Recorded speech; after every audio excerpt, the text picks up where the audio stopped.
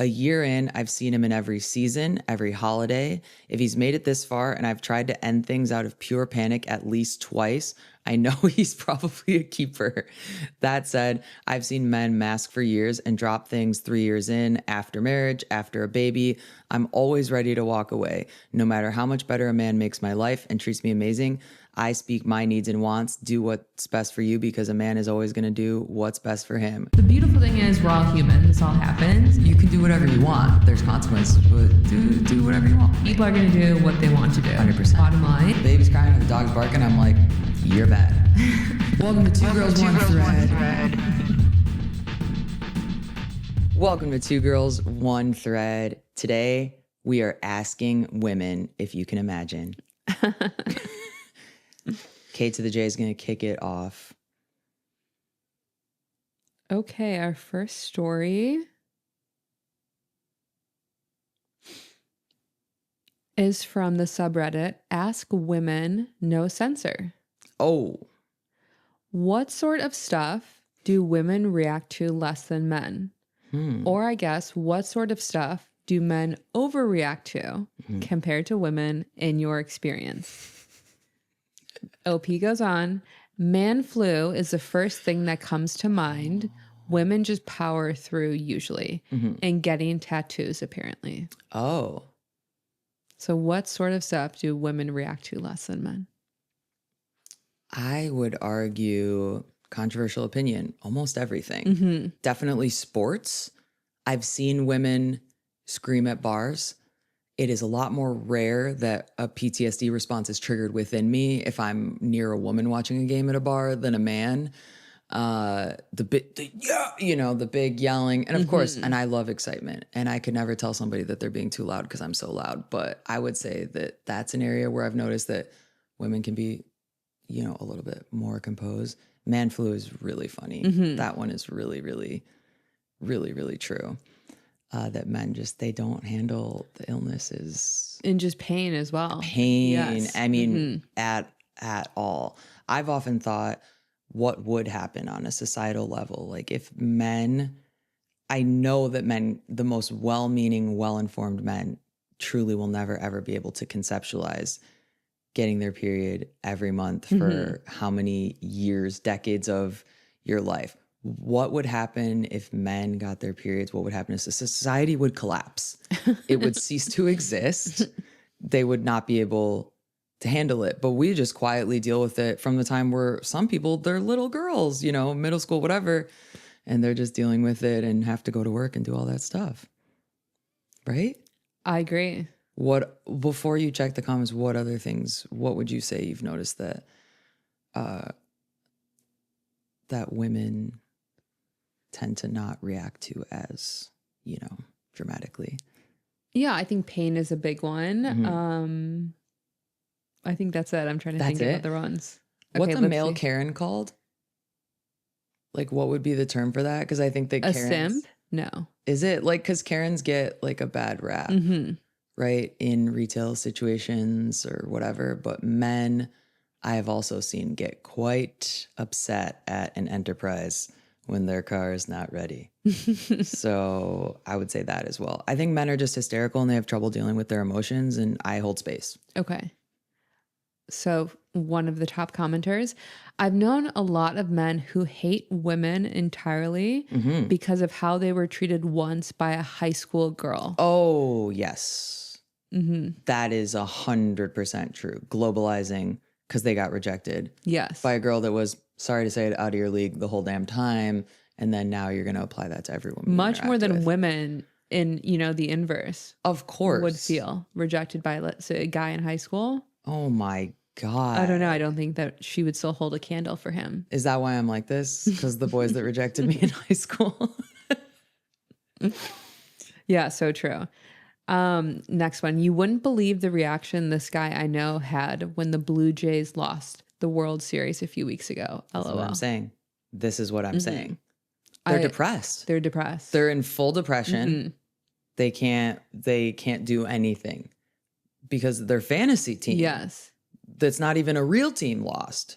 You put that team together. I get why you're disappointed because you don't have good you don't have a good roster, but that was on you when you weren't paying attention during the draft. I don't know what to tell the boys. I mean, I don't have a lot of empathy for that one. Yeah. See, I think the nice thing, USC football, you would still go out after the games, Right. win or lose. Yes. Whereas when I would visit friends at Notre Dame, if Notre Dame lost, they like started sitting Shiva. It was like they would not. No. They were all pouting, like would go back to their single sex dorms and like not want to go out. We're not in the mood. I'm like, you weren't even playing. You were not playing in the game. You were not. That has to be just like a Catholic school thing. That they didn't party after? I mean, so they just put the booze away? They're like, no. I think they would just, wanted to drink alone, maybe in their dorm rooms. That's healthy. Mm-hmm. Yeah, that sounds good. Rather than go out and like be social. Mm-hmm.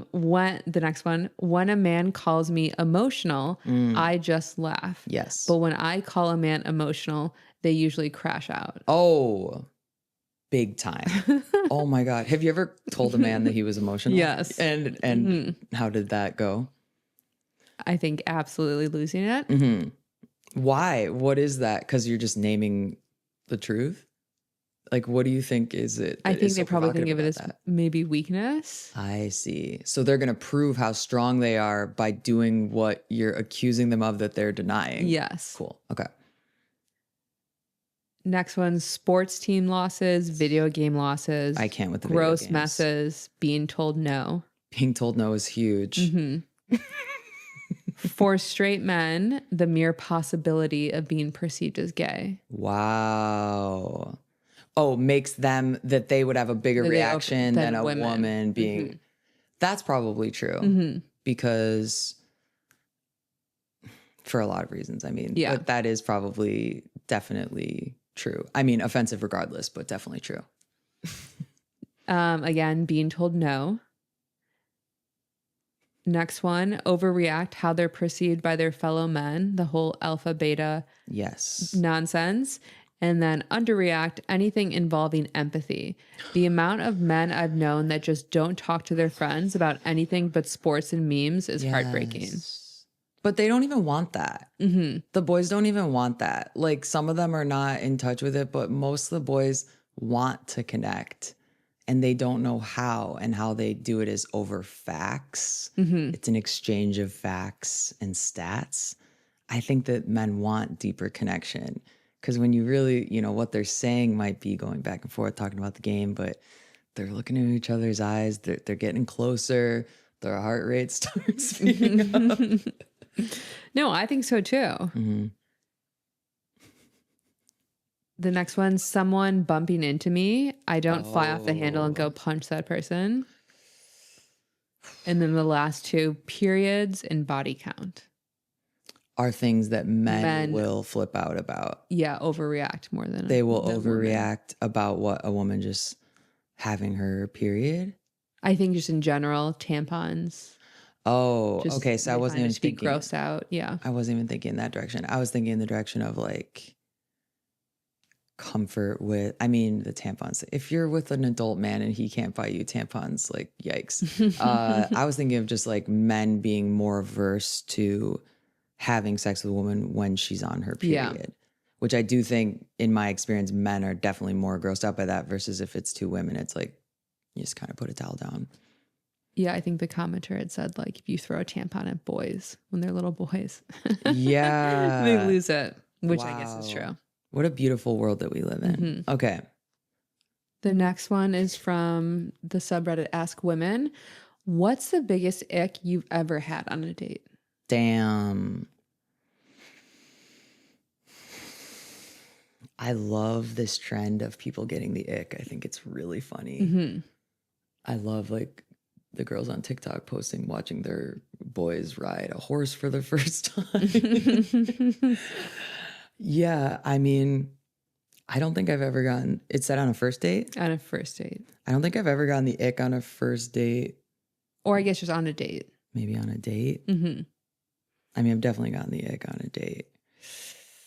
I'm going to say talking like an animal to the server. Okay. I really can't handle that. Just anybody that's behind the register and people giving any kind of attitude or just being rude. I don't like when people order and they have no manners and they just start yelling out what they want. They don't even like, hi, or may I please have? They're just like, oh, it's like you're not at a drive-through. Yeah. You're so gross.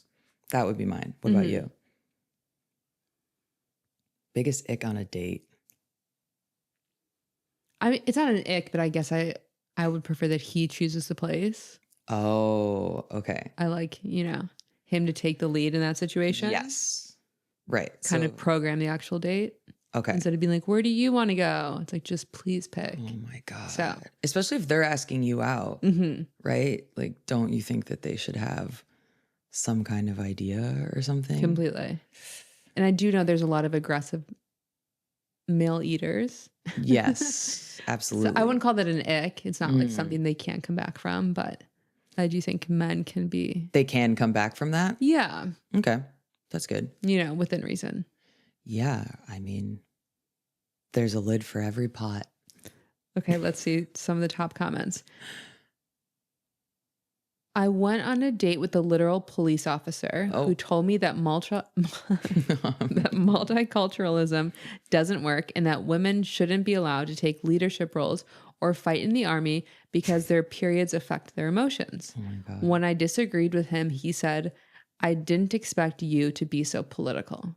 Wow. I mean, look, could never be me. You didn't know he was a cop before the first date? Okay. Next one. He gave me a sample of his beatboxing skills at the table. No. I did not ask for the sample. Wait, did you say on the table or at the table? At the table. Live? Live. Or recorded? What's worse, honestly? Someone playing you something that they recorded could actually be pretty scary as well. Completely. Oh, God. I have had a few dates where men, maybe they're musicians or it's a hobby, but they then perform for you. And it's so interesting because it's what do you as a woman do in that, as the listener in that moment? It's hard. Like, you you sway You're scaring the fuck out of me right now. Like, what is your facial expression? Especially like maybe if they're only mediocre. I love like the vulnerability, but it's such an awkward dynamic that like you didn't ask for. How does that come about? Wait, how did that come about on a date? That they just started singing a cappella or they pull out a ukulele? How does that occur? I think like maybe this has been a few dates in. Question and then you're remains. back at their place. Oh, and then they're like, so I wanted to show you something.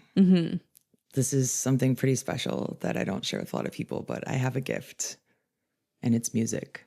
What did you do? I mean, you were probably just very polite. Yeah, I mean, I think nodding. I think there was like a few. This probably happened 3 times. So one person was good. This is what he did for work. So I'll give him that. Other was a hobbyist. Yeah. Wait. We're not done discussing this. Okay. I'm actually confused. 3 separate human men pulled out an instrument. Yes. All guitars. All good, of course. Acoustic? Yes. Yes. And started playing original songs, or were they covers? The one was an original. The good one? The good one. Okay. And then the other 2 were covers. Okay, I'm going to ask you a personal question that you don't have to answer, of course. But did you sleep with any of these men? I think that's the answer. Okay, and that's the T. The next one. He told me my scarf color didn't go with my skin tone. Well, that's not an ick, honey. You're dating somebody who's gay. And so that's why it's not going to work. The entire night we were just talking about him, his past relationships, and his family business. Boring. Went out once with someone who had abysmal table manners. Like so bad I thought, okay, you are overemphasizing your chewing intentionally for some reason, right? Nope. That was just his normal. Never saw anyone cut into their food with such intensity. The entire table shakes and water glasses spill. That is something that I have experienced. Yeah, really intense stabbing. If you're a hungry boy, I don't fault you for that. I'd say do a little run to Sbarro's before the date, have a slice or 2 so you can control yourself so that when the salad comes out, you're not acting like an absolute scary person. Yeah, that's true. Because it's hard to get those visuals out of your head. Because I'm like, if that's how you're going to town and pounding the cutlery, what are you going to do to my beautiful, precious, Well, especially at the sensitive beginning, body? I feel like the meal is more of a prop. It's like an excuse to get together Yes. and break bread. But like, Of course. if you're super hungry, you should eat before. Yes. Mm-hmm. If you're super hungry and you have an aggressive eating Yes, style. for sure. Yeah, that's the advice I'm trying to slip in for these guys. Okay, next one. Bro asked if we can sit side by side because it would be awkward if we sit face to face and look at each other's faces. Oh, how do you feel about that, Kath? I'm just curious. I feel like you know my response. I don't. In the right context, I do love a shoulder to shoulder vibe. 100%. I think it's a little bit more like vulnerable in a way. Right. You can kind of have a more open and honest conversation. I love a date at a bar. Yeah. I think it is really nice. Yeah. I hate sitting across the table from someone and feeling like I have to yell. The restaurant's very noisy. Mm-hmm. I think it's nice. At Right. least if you can kind of join at a table as well. Yes. Not sit. A corner. Yes. Yes, a Sitting kind corner. of on the corner next to each other. That's Mhm. ideal. I also love a bar. I mean, think about where some of the greatest conversations are had. In the car, Mm-hmm. sitting on a park bench looking out, because then you can check in with each other. And there is that vulnerability of the proximity, but you do have the safety of, I have to be kind of looking forward Yeah. or something. So I don't know what bro was thinking, but he probably just wanted to look at you because you were cute. Yeah, I guess he wanted to sit side by side. Oh, no. Right. Oh, then. So she's saying that was an ick for her. She wanted to maybe look at him because he was cute. Mm-hmm. Damn. Yeah. Probably better off. He probably eats like really scarily and wanted to try to kind of hide it a little bit, play with the angles. And then the last one, a guy took me to Olive Garden and on the way remarked, "Sorry, my car is dirty. My mom didn't have time to clean it." Oh, Like, dude, you're 30, clean your own car. okay. That one, it gets a little bit tricky for me. Yeah. Guy taking me to Olive Garden on a date. Honey, I'm going to go home with you. Mom's letting you borrow the car. That's a big night. I know. But yeah, saying my mom didn't have time to clean the car. The scariest part about that is he doesn't even have awareness of how scary that is and what that makes him sound like, that he mentioned that so offhandedly. So Are it's they like in high school? I don't know. It I don't doesn't. know. No, he said 30. Oh, yeah. You know, so it's like, I'm sorry, I had her. I told her I needed her to wash my clothes. I needed her to fill up the car with gas and clean it. Mm-hmm. She doesn't listen. Sounds like a keeper. Okay, this is from AskWomen. When you start dating someone, how long does it take you to know or decide if they're relationship material? So basically, how many dates, weeks, months does it take you on average to know if this is a person you'd want something long-term and committed with? Discuss. One date? Damn. Because? I think you can tell the vibe of someone pretty quickly. Mm-hmm. One date, does that also include if you've never met the person before? You know, versus like, oh, somebody that I've known asked me out. Yeah, that's true. I guess maybe more than one date. I don't necessarily know. I mean, I don't think so necessarily. But. Yeah, I think maybe if you are on the fence about them, Mm-hmm. then it might take a few more, like 3 to 5 dates. Right. How often do you think being on the fence about someone in the beginning and then committing to them long term turns out to be good? It doesn't. Mm-hmm. Mm-hmm. Okay. So, but if you're trying to give yourself a pep talk for why this could be good, Mm-hmm. I would say probably then it takes like maybe 3 dates Mhm. of getting to know them. I think it depends on how in touch you are with your own Mm-hmm. emotions and intuition and how much experience you have dating and what you're looking for versus if you're just kind of out there whiling out, which is what most people are kind of doing. Yeah. I think that can take longer. And then I think it also, it depends on the person. I think most of the time you probably know. I think if you meet somebody, go on a date with them, I'm trying to like reflect on people I've been in longer term relationships with. And I don't think that there was any that I wasn't really excited after the first date Mm-hmm. or even before the first date. But usually I think as a fellow gut girly, I think you do know pretty much right away. I think you're kind of dead in the water when you start trying to convince yourself to like somebody and you're like 1 or 2 dates in, and you're like, well, that wasn't great, but, and it's like, this is them the most nervous, but in the beginning, it's also when they're on the best behavior and they're putting their best foot forward. So keep that in mind. Like first date, second date, people are nervous, they act like freaks, fine. But you go on a couple days with somebody and you're like, that was kind of weird. That's literally them trying their hardest. This is the best you're gonna probably ever see from them. So run, honey. Okay, let's see what some of these commenters said.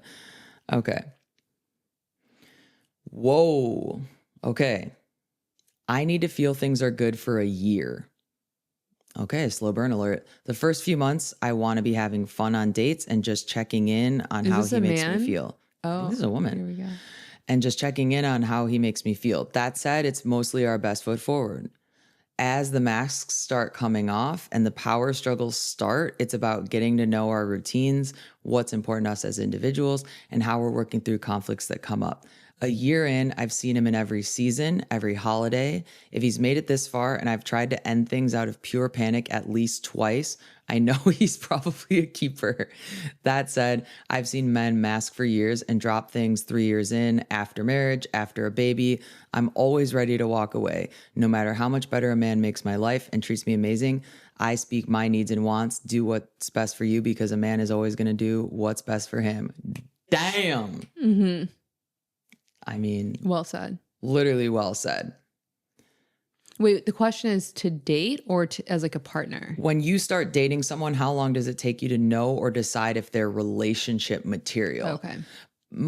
I agree with what this person said, but if you're with someone for a year, you're in a relationship with them for a year. Yeah. So I took this question to mean more of, committing to being like, yes, we're going to be exclusive. Yes, completely. Or we're dating. How long does it take you to know that? If the question is, how long does it take to really know a person or commit to them in a deeper way, I think that a year is definitely accurate. I think you do need to see somebody go through the seasons and go through and I some think you should travel together, like see them interact with their family or like loved ones in that way. Yeah, kind of in a high stress situation. Play, I think, Monopoly, bowling, something competitive. You laugh, but it doesn't have to be anything intense because if somebody is a competitive dick, it's going to come out. You don't have to do almost anything. Road trip for sure. Yeah. That'll knock out a few people. But yeah, I mean, to decide if I'd want to be in a relationship with someone, like all the stuff that they're describing for a year, I mean, that would kind of be a lot. Okay. 3+ dates is a sign we will continue to see each other. Within weeks, I will know if we are going to work out or not. That seems fair. If I'm attracted to them, if I'm attracted, like them, and our values align, as long as it takes me to develop trust through their effort and consistency. For me, at least 3 months. Damn. I love these thoughtful answers as well. Like nobody's just like throwing out a month or something like that. Okay, I don't really date in the traditional sense, like actually plan dates and go in with the dating formula in mind. I get to know people and let connections develop into whatever they're going to be. So anywhere from 6 months to a year. These are like, it sounds kind of wild when you pull it out of that context, but it's actually probably really wise because especially when you are thinking of, there is a big difference between you're friends with somebody for however many years and then you shifted into dating, you like realize that you guys caught the feels. You know that person so well versus some jackass, not that they're all jackass, but some jackass that you meet on an app or something like that. It's a lot easier to create like a false intimacy or just kind of tell them what you want them to hear so it can seem a lot more positive up front versus like if you just experience them, like I think there's something really powerful about experiencing someone not in a romantic capacity because then you do just actually experience them as a real person when they're not trying to kind of, Yeah, absolutely. and then they can like shift into those gears. But yeah, most people are kind of saying a few weeks or a few months. But okay, I do like this. I go with my gut now. A string of bad relationships have taught me never to ignore that or risk staying in crappy situationships that go nowhere. Met my person. He moved in within like 3 weeks and proposed in 11 months. When you know, you know. Waiting for an update from that one. Okay. What do you think, Kath? You got another one for us? I do. I think you always know right off the bat, though. Just like with anybody. At least I'll speak for myself. That's how I feel. I'm like a dog. I know if you're bad right away. The next one is from the subreddit, AskWomen. Women who fell out of love with their partners, what was the main cause? Damn. Am I guessing what I think the main causes are? If you want to guess. Women who fell out of love with their partner. What was the main cause? I am going to say stopping initiating novel experiences, lack of effort, just like not caring to really continue to date somebody. I'm going to say lack of effort and consideration in their sex life and not trying or caring. I'm going to say a bad, hard thing happening that was not even part of the relationship and that partner failing to be supportive. And then I'm going to say cause you to fall in love. I feel like it's like the level of treatment, like the way that they talk to them or the respect just going down and maybe being taken for granted. Okay, those are my top 5 guesses. Okay. All beautiful answers. Thank you, Top Catherine. comment, which you'll love. Becoming their mother is just really, really not attractive. One more time for the people in the back. Damn. Okay. Yep. So women were popping off about that one. Little to no emotional / behavioral regulation and didn't know how to self-soothe. Oh.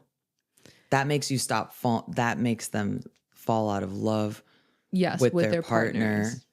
because they just don't want to deal with somebody who's not regulated, do you think? Or because of the position that it puts them in? I think it can kind of get exhausting to have to regulate someone else's emotions. Yeah. Okay. So I'm 0 for 2. Continue.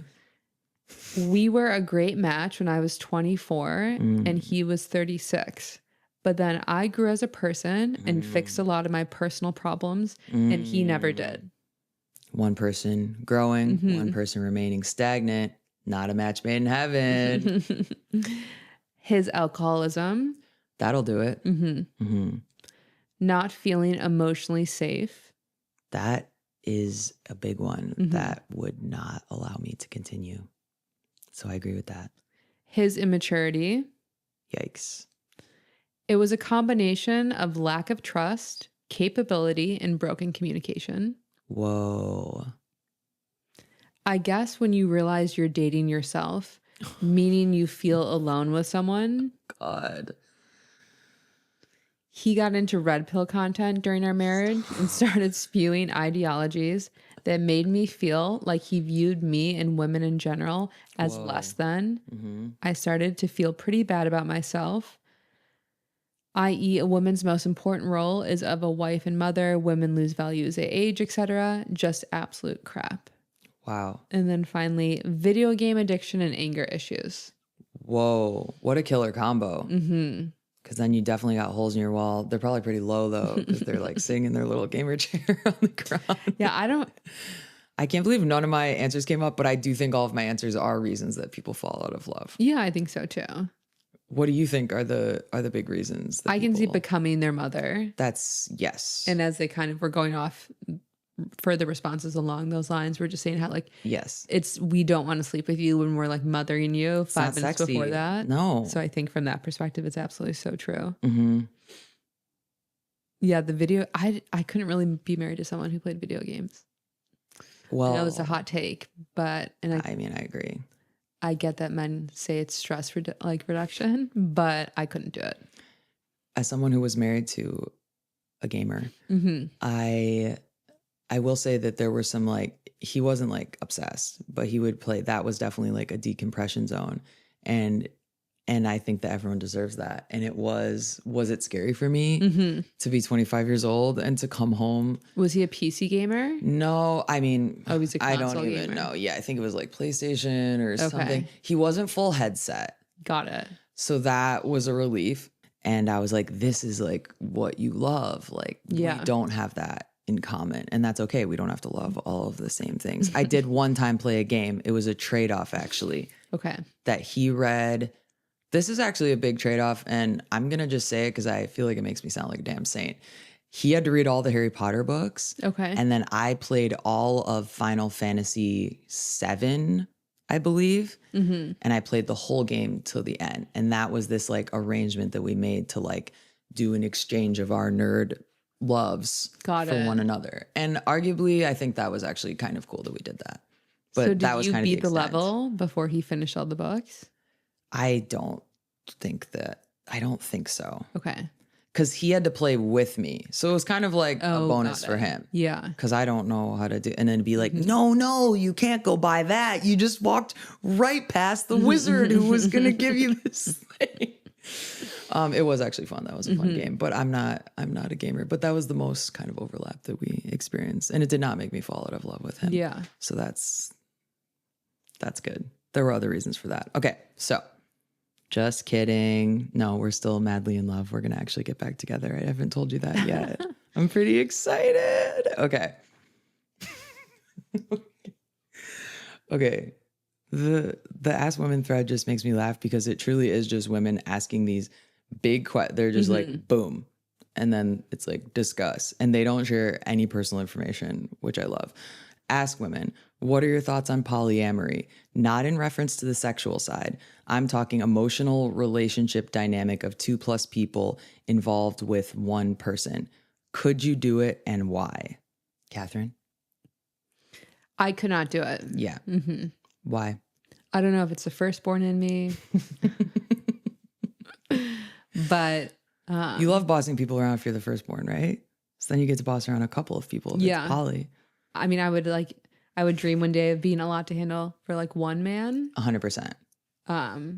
Two women, I don't know. I think it's a dynamic I just am not super interested in. How about you? I think my thoughts on polyamory are to each their own and go off and whatever works for you. I have been in polyamorous arrangements, believe it or not. And there's been some really beautiful things about that. And there's been a lot of things that were absolutely horrifyingly difficult to deal with. And I do think that when you get like, if you really get to the core of it, when you are actually really attached to somebody and are in a healthy, normal way, like that is what happens when you're in a relationship with someone. And when you do depend on a partner to help you co-regulate, not in a way of like you're the mom, but in a normal human way where you are in touch with each other's. I think it's really hard when you really need somebody and you don't feel like you're their priority. Yes. And I think that happens in monogamous relationships famously constantly, right? Because we all have so many demands on us just being in the world. So I think that's really, really a tough part about being poly, is that you're not necessarily going to be guaranteed the same level of, maybe consistent, close to immediate support. That's, I think, what is the hardest part. Yeah, absolutely. But I think that there's a lot of beautiful things about the arrangement. And for myself, there have been times in my life where I really have enjoyed it and benefited from, because sometimes I don't want somebody up my ass that much. And I want a little bit more of space. I've never been in like what they're describing is like kind of a specific dynamic, like 2+ people involved with one person. Like I'm thinking they're talking about like a couple that opened it up, added a third. I've never done that. I've more just been in some kind of arrangement of an open relationship where people have had various degrees of, I'm just gay and that's kind of what we do. But okay, so here's some of the comments. I could not do it. I want one partner and one partner only. I want to be devoted to him and want him to be devoted to me as well. I want that us two against the world problem. I want to fully give myself to him and have him do the same. If there are things either of us wants to talk to others about, we have friends for that. I mean, that's fair. I don't think it's just talking, though, that what people are getting out of being in like ethically non-monogamous, polyamorous types of relationships. But I get that. I think the devotion, I mean, I think it's possible to love people. I love so many people so deeply and so intensely that I don't think the capacity argument, that never really made sense to me, of people being like, oh, well, like you only have so much, like you do? I don't. You only have so much time. There's a finite amount of time and energy people have, but I don't have a finite amount of love to give. Sorry. Yeah. Sorry if you guys are thinking about me with all my poly boyfriends fucking on weird floor pillows in Vermont or something. That wasn't even my life, but I feel like I have the attention span only for one man, though. yeah. And I think that they'll keep you plenty busy. I love when people pop off. Okay. Big no as a woman who sleeps with men. More power to the people who can, but I refuse to be part of some man's harem. Now, if I could have about 3 different loyal, doting boyfriends, I might reconsider. You're thinking polygamy. What? Yeah, I would say the arrangement also definitely matters, because on all the TLC shows that I like, it usually is one ugly man, 3 women doting on him. God, and you're like, how did this guy pull even one girl from the church? And now he's got 4. And that never really sat well with me. But I would love to personally see a reality show, like a brother husband instead of a sister wives. We get the girl in there and she's got a whole row of boys and she's just putting them to work. They're running the farm. Yeah, They're like building the Savages, houses. right? With Blake Lively. She dates both men. I haven't seen it. Okay. Okay, so Blake's poly? Yeah, she's poly. Okay, good news alert. And they're both aware of each Oh, other. this is in a movie. Yes, in a film. Oh, okay, then I don't care. Okay, what else do you have? I was like, wait, Blake Lively's poly? This could be huge. Another one from the subreddit AskWomen. Women, what are some red flags you notice in other women? Oh. What are your clearest red flags when you're evaluating the potential partners of people close to you? When you're evaluating the potential partners of people close to you, I don't typically evaluate the potential partners of people close to me. What do they mean by that? I guess just we can just more speak to women in general. What are red flags you notice in other women? When their eyes are... Oh, crazy eyes. Yes, that's what I notice. I'm like, oh. I know, I love a good crazy eye, so. But you can just tell, like you look at somebody and there's just like a little something either going on that's sinister or there's something not going on. Not sure what's worse. That is an immediate red flag. What do you think are some red flags that you pick up on in other women? I would think cattiness, maybe. Maybe kind of a pettiness too. Maybe a pick-me energy. Yeah, I mean, it's not really women. It's like the same red flags that I would look for in anyone. I'm looking for people to show Yes, exactly. any kind of nasty true colors or lack of empathy, lack of kindness. Because I'm always like, if that's what you're showing to me when I'm meeting you, you're showing me what you think I'm actually going to connect to, right? Like that's, people kind of tell on themselves. So they'll often like put forth like, oh, look at this clown over there. And Yeah, it's I think like, that's a good point. right. So that's usually what I'm paying attention. Like, oh, you thought that would actually make us be more connected. Yikes. That's the kind of stuff that I'm looking for. Beautifully said. Thank you so much, Catherine. All right, top comment. Good God, what they say about other women behind their backs. Yeah. Yeesh. If you're saying it about someone else, I'll just go ahead and assume that you'll say similar or worse about me. That's true across genders. Male-centric behavior, revolving all of your life's purpose around men. Oh. Talking about men all the time. Yes, that's a great one. Being unable to be alone for any length of time. Yikes. Okay. Saying they want something in life, then doing nothing to get it, or shooting themselves in the foot repeatedly, then complaining they're no closer to that goal. I would say to that person, as an aside, take that anger that you have towards the person you're thinking of and apply that attention and love to yourself. Because who gives a shit if they're not going for their dream? Completely. Pursuing married or otherwise engaged men. Not holding their alcohol in public if they drink. What, you don't want to be friends with fun people? Come on. How they talk to their partner or about them. Yikes. Yep. I think that's a good one. That's a really good one. Saying mean stuff under the guise of teasing or joking. Passive aggressive comments. Yep. Confusing wanting princess treatment to meaning having a permanent servant waiting on you, hand and foot, in an ATM and an emotional punching bag. Wow. Okay, that sounds personal. I'm experiencing this one right now with a coworker, and she's the second person in my life I've met like this. Okay. If you're a grown woman but act like a child, use a baby voice. Oh. Otherwise, something is off. Okay. Interesting. Some of these responses are kind of surprising to me, but a lot of them are like, I agree or understand what they're saying conceptually, but I don't think I don't know. I don't really let anybody like interact with me that much or get that close to me. If they were displaying any of these behaviors, like they would simply never be, we just wouldn't be completely kind of hanging out. And I think in all fairness, both men and women can be passive aggressive, can say negative things behind people's back. Yeah. Yeah. So it's not really just women specific.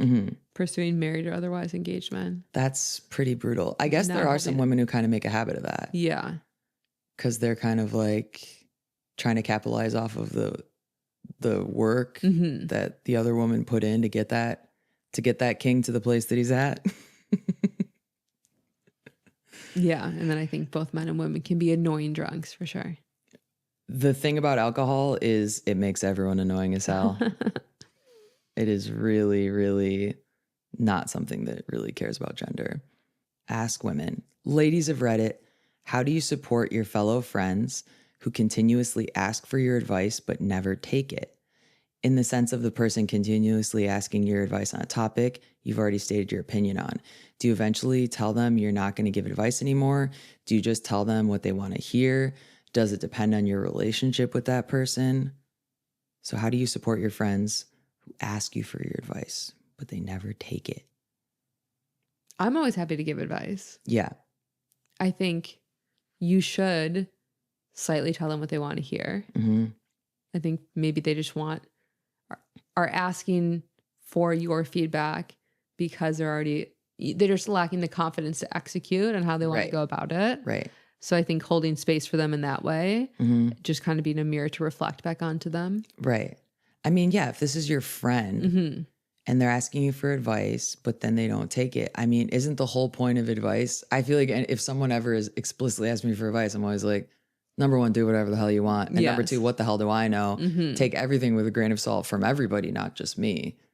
But especially this, like you can't get mad if they're not, this is your friend. This isn't your kid. They're not asking you about what they should write their college essay on. This is your friend probably asking you about this guy that's treating them like crap and they're not over it. And then you tell them, you need to leave them. I know. And then they say another horrible thing they did. You need to leave them. I know. They're not going to leave them until they're ready. You can't be personally offended that someone didn't. What are you, the damn king? Completely. We have to listen to everything If I'm at a say? restaurant and I ask the waiter what their favorite dishes are, right? I don't feel bad not ordering any of those. 100%.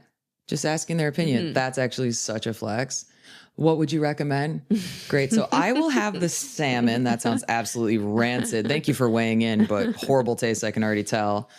I just think that I get the frustration of like, but ultimately, because you're saying this is your fellow friends, do you just tell them what they want to hear? I don't know if you tell them what they want to hear, but maybe you shift a little bit and you could even say, are you wanting my advice right now? Or would it be more helpful to you if I could just hear you out and be supportive? 9 times out of 10, people just want to be validated, right? And just feel like what they're feeling, you're not crazy. That's normal. You're amazing. It's going to be okay. Reassuring them that you love them, that they're going to figure it out. Yes. That's 90% of it. And then 10%, it's like, wait, what do you actually, should I do this or do that? And then they don't listen. Okay, well then too bad. And guess what? You can listen to your own advice and do whatever the hell you want. Completely. You know, you're not in charge of these girls. This person said, we've known each other for a very long time, so they know I'm going to eventually tell them to either do something about it or shut the fuck up about it. I mean, that's my friends, I think. Usually I'll, through therapist-like questions, back at them, like, so how did that make you feel? And what are you going to do to change the situation type stuff? Then after doing that for a while, I'll be blunt with, well, you don't seem ready to make a change about it yet. So I'm going to let you vent for the next 10 minutes, but then we're done talking about it tonight. Okay. I'm simply feeling grateful for my friends who would never talk to me like that. Like, damn. Yeah, that's kind of a hard boundary. These are like really hard Okay, and you can talk about it for 10 more minutes. It's funny. I'm surprised that their friend would even go to them continually for that, because there are some people who don't like giving advice, who don't like, you know, working through those things aloud with other people. 100%. I know you definitely need to like pick the right person. And, you know, we all have friends. Like, there's friends that I go to when I need a soft touch and when I need them to just be mommy to me. And then there's friends that I go to when I need them to be like, shut the fuck up. We already solved this.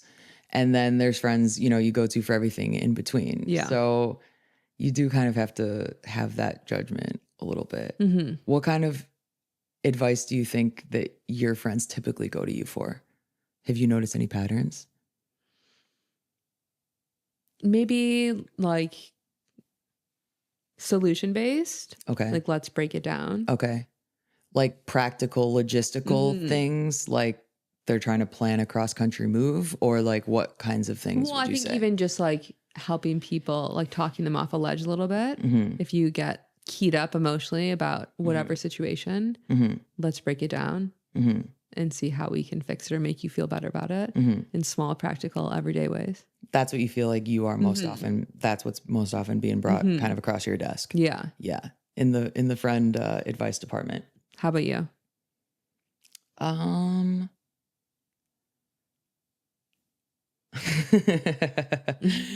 I think it varies, as everything does. I'm laughing because I'm thinking of a lot of different things. I think that my friends know that they can pretty directly kind of ask me for what they do need, and I can step into that. And a lot of times I'll just naturally know. So I feel like people will sometimes, I can get angry on your behalf. If somebody has crossed you, like, I feel like people will come to me and be like, can you believe what this bitch did? And I'll be like, no, I cannot. And I'm not happy about it. Like, I can like support in that way. The hype man in that regard. I think more so 80% of the time it is just hype man in general. Like, I feel like it's a lot of times, like, I feel like my friends come to me when they're feeling maybe sad or down on themselves or not sure like what they should do, or not feeling like confident about maybe a creative pursuit or something. And I'm great for that, because I will let people know exactly how amazing that I think that they are. And I will like list it all out. And like, I'm great at like selling people back to themselves. Okay. You know? So I feel like that's usually what my sad boys and girls come to me for, is when they need like that coach pep talk. And I'm open and available to that. And some of my friends are listening to this and they're like, really? Because you haven't responded to my damn text. Okay, Kathy, go. The next one is, again, from the subreddit AskWomen. What's a completely harmless white lie you are still telling your partner to this day? Just curious. Whoa. So should I confess white lies that I was telling to my ex? I guess we can react. Okay, top comment. I never told him that the plant he excitedly reported as having watered for me while I was away for work in the early days of our relationship was fake. That was 5 years ago. He'll be okay. You can tell him. That his proposal was a surprise. Oh. There's a lot of people. That's not a white lie to me. Do you think? So that means you convinced your fiance when they proposed that you had no idea that it was coming, but you knew. I don't think that's a white lie. I don't think it's a big deal, but I think it's not a white lie. Yeah. Especially if they ask you directly. They're like, did you know? Maybe in the moment, whatever, but did you know? Just tell them. But I wonder, like, if she now picked out the ring. Yeah, I mean, think most women are dropping direct references to the type of ring they want. Wow. So I don't know how anyone could then go on to claim, like, I was so surprised. Right. I guess maybe surprised on the actual day. When they chose to do it, how they went about it. Okay. But that's a big one. If women have like keyed up their ring preference already, know it's coming down the pipeline. Yes. I think their radar for like changes in behavioral patterns or just random plans, like, Of course, it's nearly, if you're, Of course, if you're getting a feedback on the ring before, it's never a surprise. Not even the ring. If you are discussing as a couple that you might be getting married or that, like, oh yeah, because he's always taking you to that beautiful look-off point. Yeah, that's something you guys always do together. Yeah, and you're in this botanical garden. I know you're there every other Thursday. Like, We've been meaning to go. Literally. And then they're wearing like their one, like little sweater that their mom got them, from TJ Maxx. That's like their one little, it's like, okay, we know, King. That I like his pasta bake. In the early stages of dating, I said it was delicious, and now I'm stuck. Oh. If he suggests pasta bake, I always volunteer to cook. Damn. That I care about his video games in D&D. I am happy when he's passionate and loves telling me the story. Yes. I couldn't care less about the story of Fallout or the fact that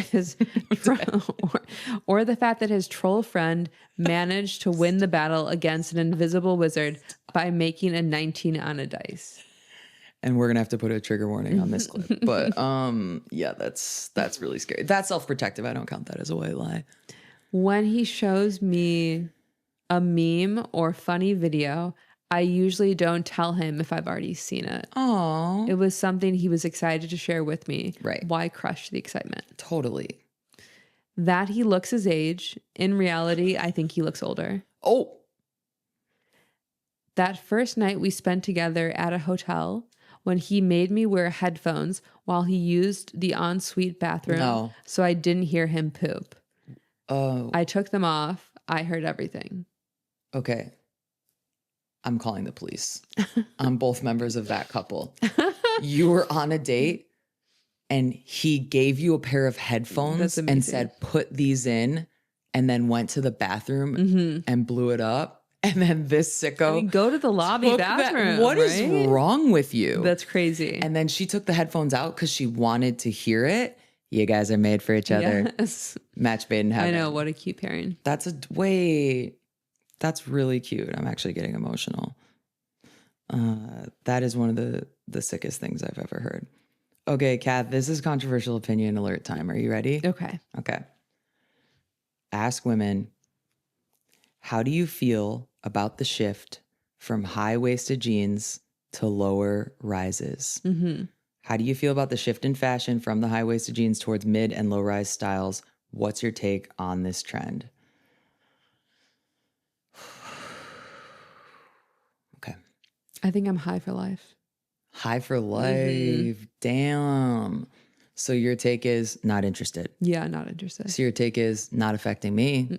Not in this house, honey. No, I'm not affected. Wow. I used to like low and mid. Of course. I mean, low. When we were in high school, I mean, could not go any lower, honey. Did you watch Degrassi? I didn't. Well, there was like a famous thing where Manny like wore really low rise jeans and then highest thong straps. Like her thongs were pulled up like look, under her armpits. Like that was so hot. Personally, I'm grateful that low rise jeans were in at the time that they were maybe in. I didn't even really And I like think it them was then. also like the jean shorts that then you'd unbutton and roll down. That's still happening. That has not gone away from what I've noticed. I think that the high-rise jeans trend is not going to be able to be completely demolished because all women that are like over 25 are not going to like fully allow that to happen. So it's like let them have the trend kind of thing. But I mean, I don't know. These are not low rise. These are just like regular, I guess. I'm just hoping that skinny jeans don't come back. So I can't see men. If I have to see another man with like, They did come back though. They're back this season. no, they're not. No, Skinny jeans? but the kind when the men Oh, have you're it saying and for then men. yes, that's where it gets a little bit upsetting for me. I really can't do it with the men. And then there was a time even where men had skinny jeans and then they had kind of that ribbed thing on the thigh. That got really scary for me. I would actually rather see a man wear Costco dad jeans, Okay. like anti-fashion, than I would ever want to see a man in skinny jeans again. I like how this really didn't ruffle you because you're like, that's just not something that I will be engaging with. The first commenter says they can take my high-waisted jeans for my cold, dead hands. That's how I feel about it. Nobody's taking your high-waisted jeans, honey. The 13-inch zippers are staying. I'm going to wear what I have until they're rags. I don't get people who buy new clothes just because the style changes. Waste of money. It's called fashion, sweetie. Like, what do you mean? That's such a mom answer. Please God, no, I barely made it through the early 2000s with my ass crack covered. My body wasn't made for them then, and God knows it's not made for them now. I think low rise looks terrible on almost everyone. It's so unflattering for most body types. I mean, I don't really agree with that. I've seen plenty of people who look great in low rise jeans. I think that it's just what is actually going to be what's going to be comfortable. Personally, I'm going to be embracing the low rise trend, and I have a lot of thongs that I can't wait to show off and kind of get the boys barking. Yeah, so it's going to be a pretty big season for me. So I'm looking forward to that. Okay, I think we've pretty much solved all of the problems of women in society. I feel good. I feel excited. Yeah, I think we covered a lot of good ground. We've covered a lot of good ground, and I think that that's the episode.